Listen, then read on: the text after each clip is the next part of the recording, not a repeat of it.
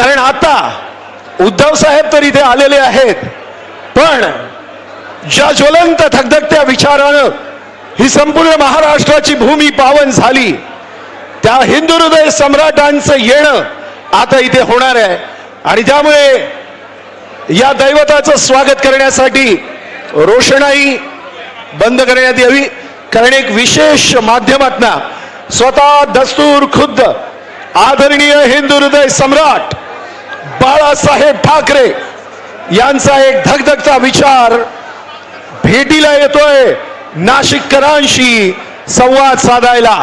Come on Nashik, आवाज आला पाहिजे. हिंदू हृदय सम्राट बाळासाहेब ठाकरेंचा.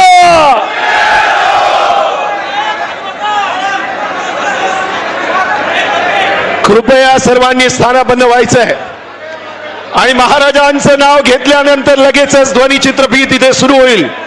नाशिकचा आवाज अख्ख्या महाराष्ट्रात पोहोचला पाहिजे. छत्रपती शिवाजी महाराज की, छत्रपती संभाजी महाराज की जय भवानी, जय भवानी.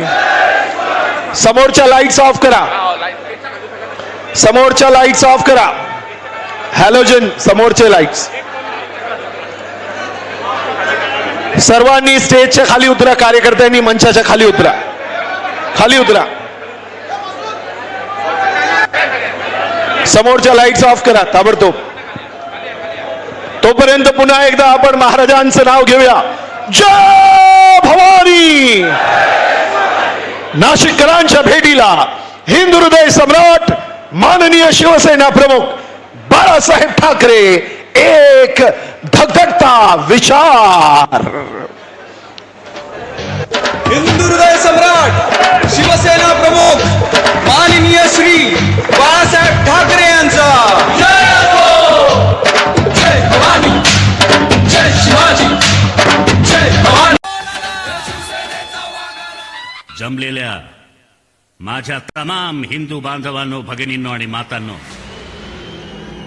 आज तुफान गर्दी दिसते. अरे नाशिक म्हटल्यावर गर्दी उसळणारच. नाशिक आणि शिवसेनेचं एक नातं नाही म्हटलं तरी आहेच आणि ते राहणारच. म्हणजे ते कोण नरेंद्र मोदी म्हणतात तसं तसं हे नातं नाही की. नासिक से मेरा पुराना नाता है. मैं यहां वीर सावरकर जी के साथ काम करता था और जैक्सन के वध में मेरा ही प्लॅनिंग था. अरे जातील तिथे गणवायचंय आणि लोकही गणतात. ही काही नाती जपणारी माणसं नाहीत. कमळाबाई म्हणजे एक ढोंग आहे, ढोंग. भारतीय जनता पक्षाला महाराष्ट्रात काय, अरे देशात कोणी ओळखत नव्हते तेव्हा आम्ही त्यांना खांदा दिला. खांदा म्हणजे आधाराचा, आधाराचा. हो, अरे महाराष्ट्रात त्यांना आम्हीच वाढवलं, पण आता त्यांना खांदा द्यायची वेळ आली आहे. 25 वर्षे आमचं एक नातं त्यांच्या बरोबर नक्कीच होतं. अर्थात हिंदुत्व म्हणून महाराष्ट्रात शिवसेनेमुळेच ते वाढले. बरोबर ना? काय मग नातं तोडलं कोणी? माझ्या पोतडीत यांच्या बऱ्याच गोष्टी आहेत. हळूहळू काढतो. अहो त्यातच मजा असते, नाहीतर एकदम खेळ आटपून जाईल. हो, आज नाशिकला जमला आहात. नाशिककर मला विसरूच शकत नाही. का आहेत ना सगळ्या जागेवर. बरं तो आपला बबन घोलक कुठे आहे? दिसतोय ना? जागेवर आहे ना? अरे कुठे भरकटता इकडे तिकडे? अरे बाबांनो, शिवसेना आहे म्हणून तुम्ही आहात. हा जो समोर साधा शिवसैनिक बसलाय ना, तो महत्वाचा आहे.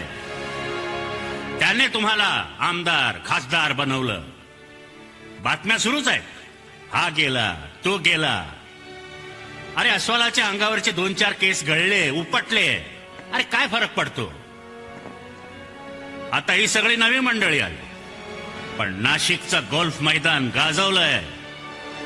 पैसे देऊन सभेला माणसं आणण्याचा दळभद्री प्रकार आम्हाला कधीच करावा लागला नाही.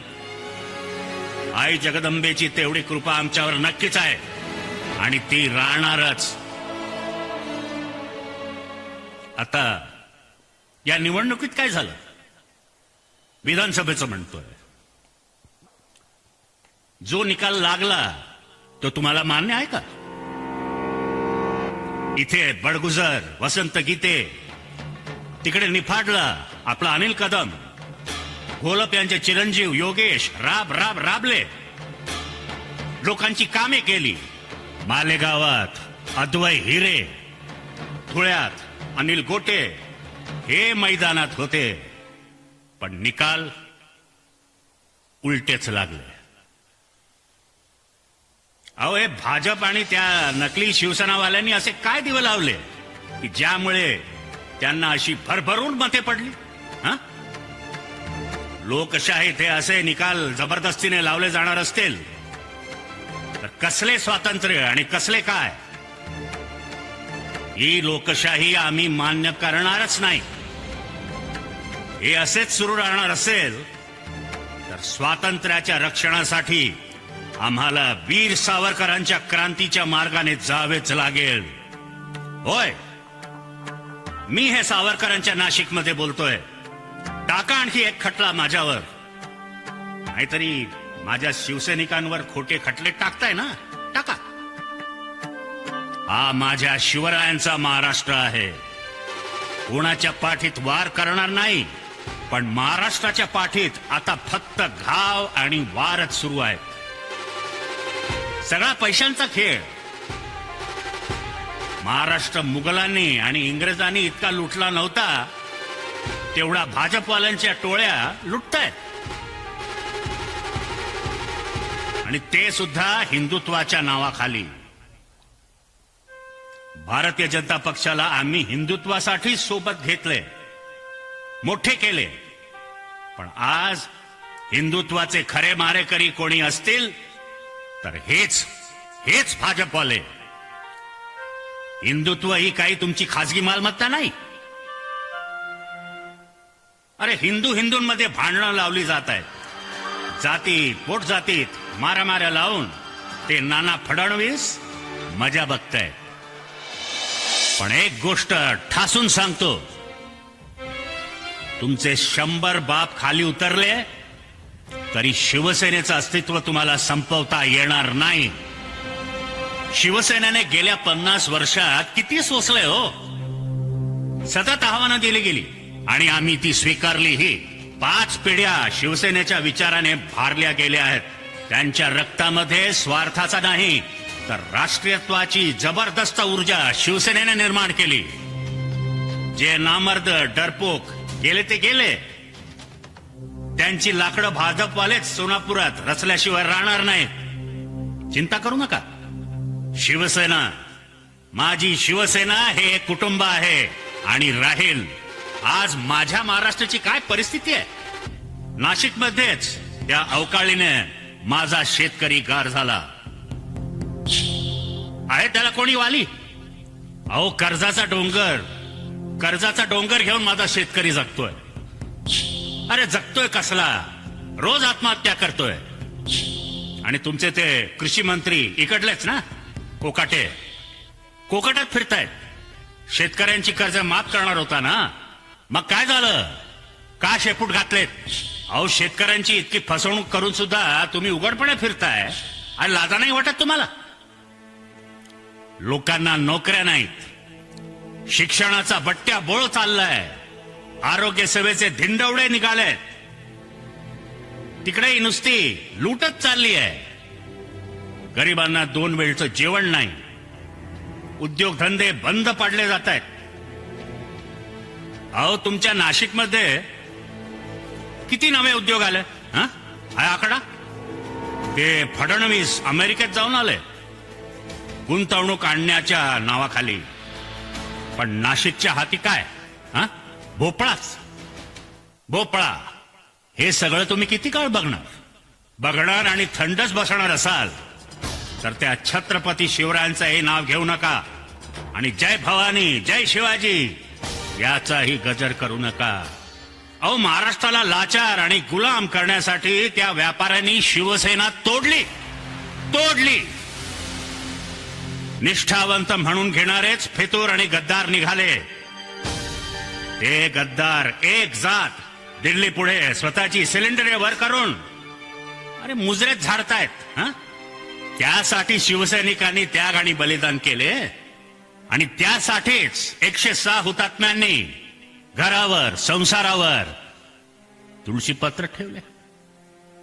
मी महाराष्ट्राच्या राजकारणात गरम रक्ताची मर्द पिढी उभी केली होती. अरे काय झालं त्या उसळणाऱ्या गरम रक्ताचे? अहो, ते गद्दार गेले ते गेले. त्यांच्या स्वाभिमानाच्या गोवऱ्या सोनापुरात गेल्या. त्यांना पैसा अडका मंत्रिपदाच्या वतनदाऱ्या आज मिळाल्यात हो, पण इतिहासात तुमची नोंद फितूर आणि महाराष्ट्राचे गद्दार म्हणूनच राहणार. गंगेत किती डुबक्या मारल्यात तरी हे पाप आणि हा गद्दारीचा डाग धुतला जाणार नाही. या गद्दारांनी जिवंतपणेही माझ्या पाठीवर वार केलेच, पण मृत्यूनंतरही घाव घालणे सुरूच आहे. ज्या इमान निष्ठेतून शिवसेनेचा अंगार निर्माण झाला त्यावर बेमानीच्या गुळण्या टाकणारे तुमच्या रक्ताचे हाडामासाचे लोक आहेत. छत्रपती शिवरायांच्या छत्रपती संभाजीराजांच्या नशिबी जे स्वकीयांकडून बेमानीचे घाव आले तेच आमच्या नशिबी आले. पण याद राखा गद्दारांनो, याद राखा, तुमचे हे नीच मनसुबे पूर्ण होणार नाहीत.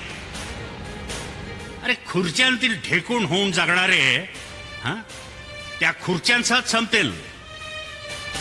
निष्ठेच्या वणव्यात फितुरीची राख रांगोळी होईल.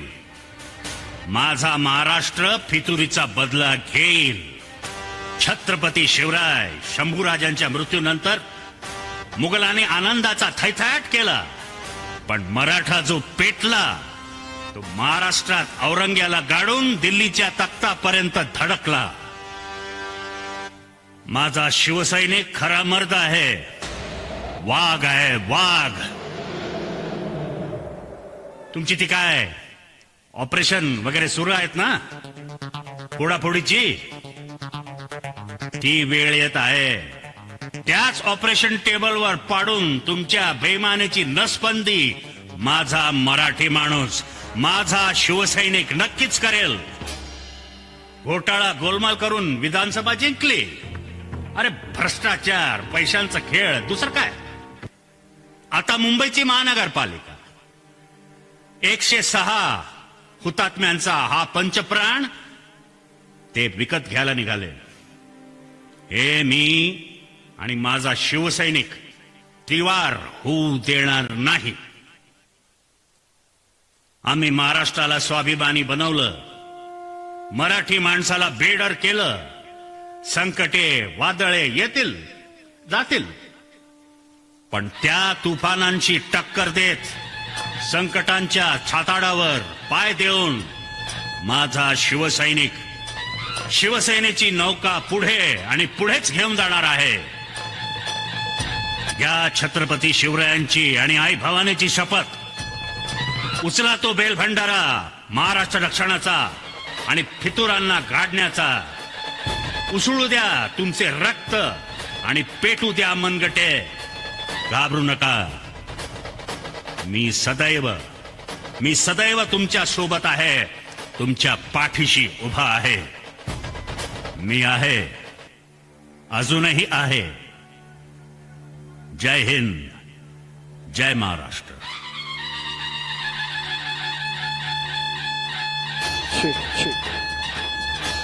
छत्रपती शिवाजी महाराज की जय भवानी. कृपया लाईट्स ऑन करा. स्वतः दस्तूर खुद्द बाळासाहेबांनी आपले विचार आपल्या आवाजाच्या माध्यमातून मांडल्यानंतर आता वेळ आली आहे